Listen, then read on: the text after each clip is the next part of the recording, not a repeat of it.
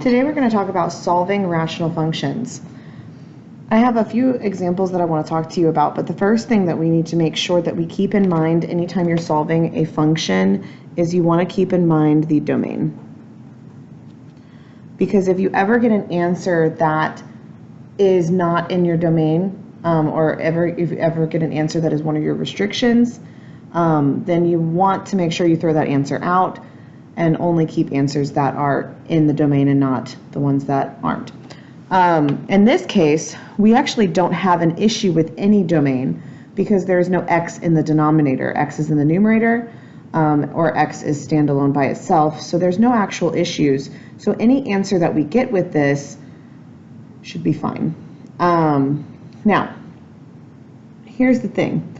A couple of things to do with this problem. We have fractions, and our fractions have denominators, and one way to simplify this is to literally multiply by the denominators.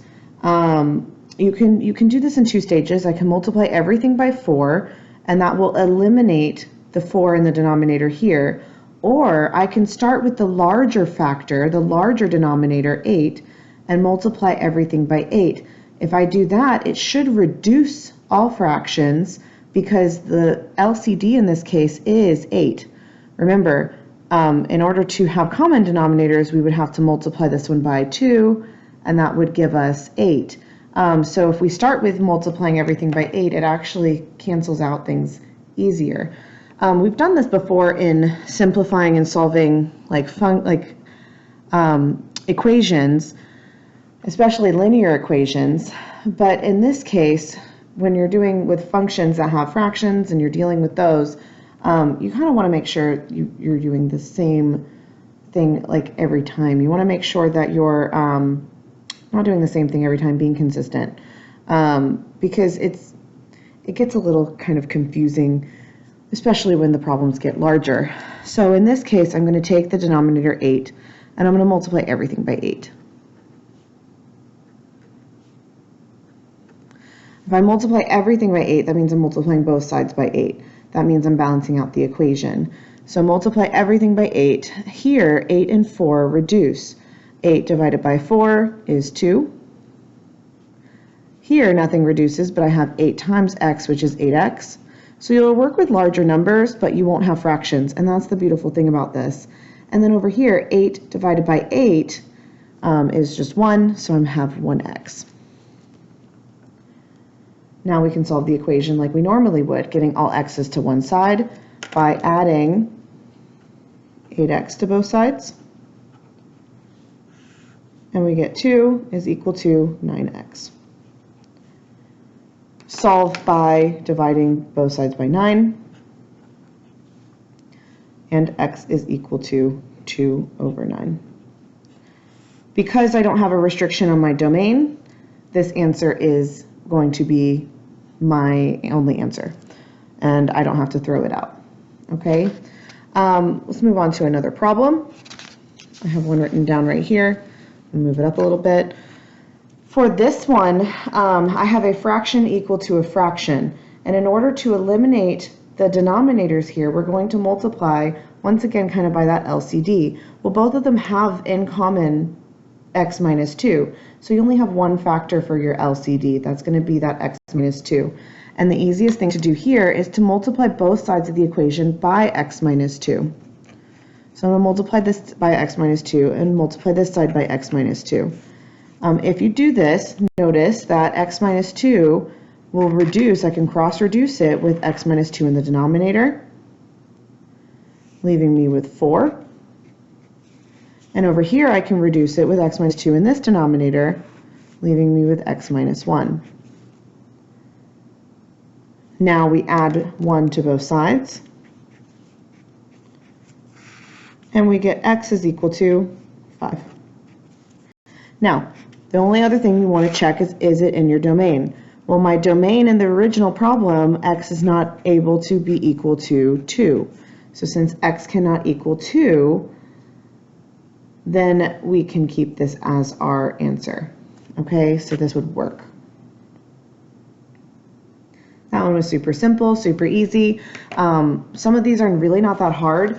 Some of them take a little bit of time, and unfortunately some of them force you to go back to old solving methods, which, for example, the quadratic formula could pop in somewhere in this problem, or one of these problems, but for this one it didn't, because this was not a quadratic, it ended up being a linear function. So our next example is a little bit longer, a little bit more involved. So once again, keep your domain in mind. Looking at your denominators, what can x not equal? X cannot equal -1, x cannot equal -4. So we're going to kind of just keep that in mind and have that already set in our mind for later on. Now I want to look at my LCD. If I were to add and subtract these fractions and combine them, what would be my least common denominator? So I'm going to take a factor from each, x plus 1, and then in the next fraction is x plus 4, and then I don't need to repeat x plus 4 twice because I have it in two different fractions. So I'm only looking at x plus 1 and x plus 4. Now, just like my first example, I took and multiplied by my LCD. That was 8. I multiplied everything by 8. So what you're going to want to do here is multiply everything by your LCD. Only one piece of it will cancel, but you will not be left with any fractions, and that's really important here. So I'm going to multiply this first fraction by x plus 1 times x plus 4. That's going to go into the numerator. I multiply the second fraction by x plus 1 times x plus 4. And I multiply the third fraction by x plus 1 and x plus 4. Everything gets multiplied by x plus 1 and x plus 4. In the first fraction, if you look at it, x plus 1 is going to cancel with the x plus 1 in the denominator, leaving me with x times x plus 4. Plus, in the second fraction, the x plus 4s will cancel, leaving me with 3 times x plus 1. And then on the other side of the equation, x plus 4s cancel, leaving me with x plus 1 times x plus 3. Now I have an equation that I can kind of simplify and solve. So what do you think the first step you're going to do here is? If you said distribute, you would be absolutely correct. So we're going to distribute everything, and I mean everything. There's no denominator to not distribute, so we're going to distribute everything. I'm going to take x and multiply by x plus 4. That gives me x squared plus 4x. Then I'm going to multiply 3 times x plus 1, giving me 3x plus 1. Not 1, 3. I'm sorry. I was going a little too fast. And then in my next side, I'm going to distribute. This is a FOIL method, so x times x times 3, 1 times x, 1 times 3. If you do this correctly, you get x squared plus 4x plus 3. Combine like terms. On this side of the equation, I have x squared plus 4x plus 3x is 7x plus 3. X squared plus 4x plus 3. Now, I want to get everything on one side, that all the x's on one side or all the numbers on the other. In this case, if you notice, I have an x squared here, and from x squared it would cancel. So if I were to do this and subtract it to one side of the equation, my x squareds would cancel because they're the same on each side. So you can kind of drop off those x squareds and just work with the 7x plus 3 equal to 4x plus 3.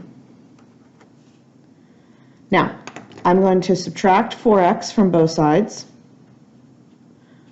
and subtract 3 from both sides to get x's on one side of the equation and numbers on the other.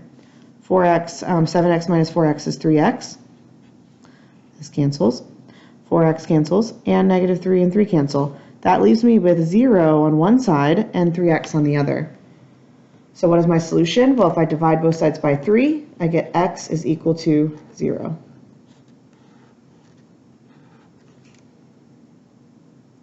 Is that a part of my restrictions on my domain? Technically, it works in my domain because it's not one of my restrictions. My restrictions were -1 and -4, so I'm good there. Just to give you a couple of steps for this, so this kind of problem, so that you know and you have it, to solve these, a few steps to follow would be to first multiply by your LCD.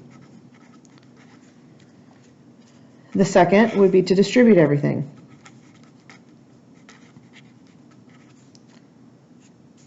The third would be to set it equal to 0. And then remember, if it's different from problems like this, but if you have an x squared, you need to bring everything to one side, set it equal to 0, factor, set your factors equal to 0,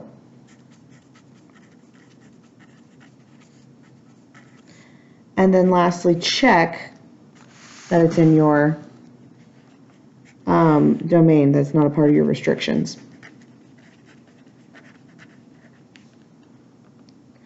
So to solve, multiply by your LCD, distribute, set equal to 0, factor, set my factors equal to 0, and see if it's in my restrictions. That should help kind of give you a step-by-step for most of your problems, okay? So we're going to do one more.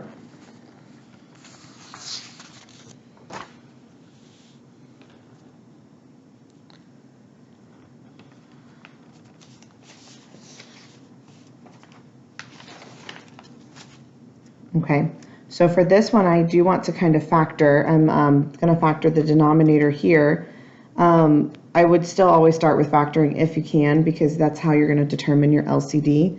So x minus 1 stays the same. I have x plus 1 times x minus x plus 2.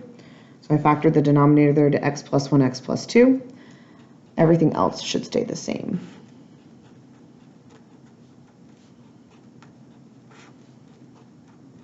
Now, right here, I could set my domain. X cannot equal -1 and x cannot equal -2. So I'm going to keep those in mind for when I come back to my solution and see if I have anything that's not within my domain. Now, my LCD. I have an x plus 1 in one piece and an x plus 2. So I'm going to take one from each.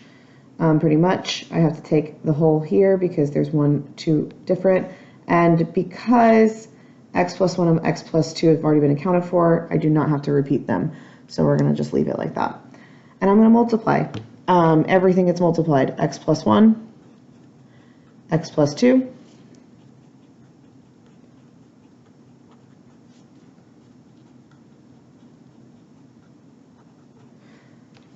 everything gets multiplied.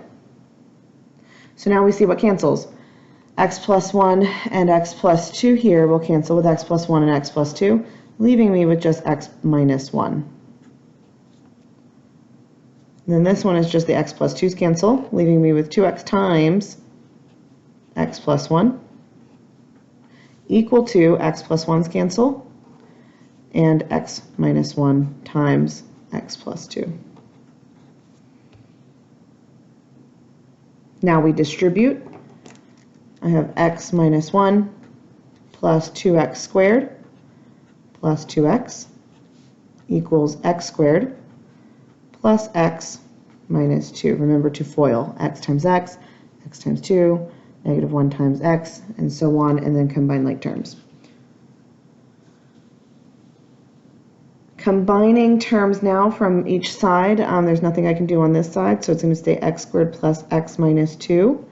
And on the other side, it's going to be 2x squared plus 3x minus 1.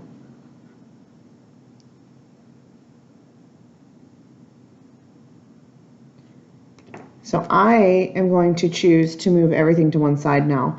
And I'm going to choose to move the x squared to this side, everything from over here to be over here. And the reason is because this x squared, when I subtract it from 2x squared, will stay positive, and that's really, really important to me. Okay, so I'm going to subtract x squared, subtract x, not add, subtract. I meant to subtract, sorry about that. And add 2. If I do that, that will change everything from over here to move it over here and giving me 0 on this side of the equation. Combining terms here, I would get x squared plus 2x plus 1. Now this is a quadratic. Now remember, to solve a quadratic, we talked about it, you want to factor it. If it factors, that's the easiest way to solve it. If it does not factor, you want to use the quadratic formula. I'm going to rewrite the quadratic formula in case anybody forgot it. In this case, it should factor, but make sure you know that if it doesn't factor, you need to go back in your notes. We did this last semester. I know it's not our favorite thing, but it could happen that you have to use the quadratic formula. Now, in this case, it does factor. Factors of 1 that add to 2 are 1 and 1, so it's x plus 1 and x plus 1. I technically have 2 solutions, but one of them is considered what we call repeated. So I have x is equal to -1, because if I set one of these equal to 0 and solve, I get x is equal to -1, x plus 1. Look at me not being able to write. So now this is my solution, is x is equal to -1. If you are saying to yourselves, okay, no, that doesn't work because your restriction stated that x can't be equal to -1, you would be correct. In this case, I would actually have to toss out this solution and say that in this problem, I have no solutions. Now, this could happen for one of your answers. It could happen for both of your answers. You can have multiple answers for a rational function because you could get a quadratic. In quadratics, you can solve using either factoring or the quadratic formula. Now, if that happens and you get one solution and not another, you would toss out the solution that doesn't work. In this case, I did all of this work and it was no solutions. That is a possibility. So please make sure that you're checking and you're making sure that is not a part of your restrictions. Hope you have a wonderful day. And I think that's it. We're done with this lesson.